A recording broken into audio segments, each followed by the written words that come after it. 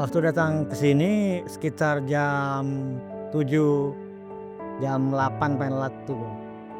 Ke suatu ruang kekosongan gitu. Nah, terus cobalah mencari luang kerja, apapun kerjaan asal halal gitu.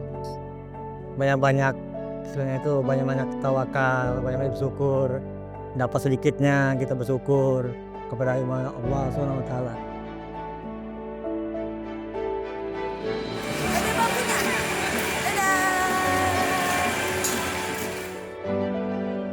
Ya, saya rasa tantangan gini ada sih, tapi anak-anak gitu.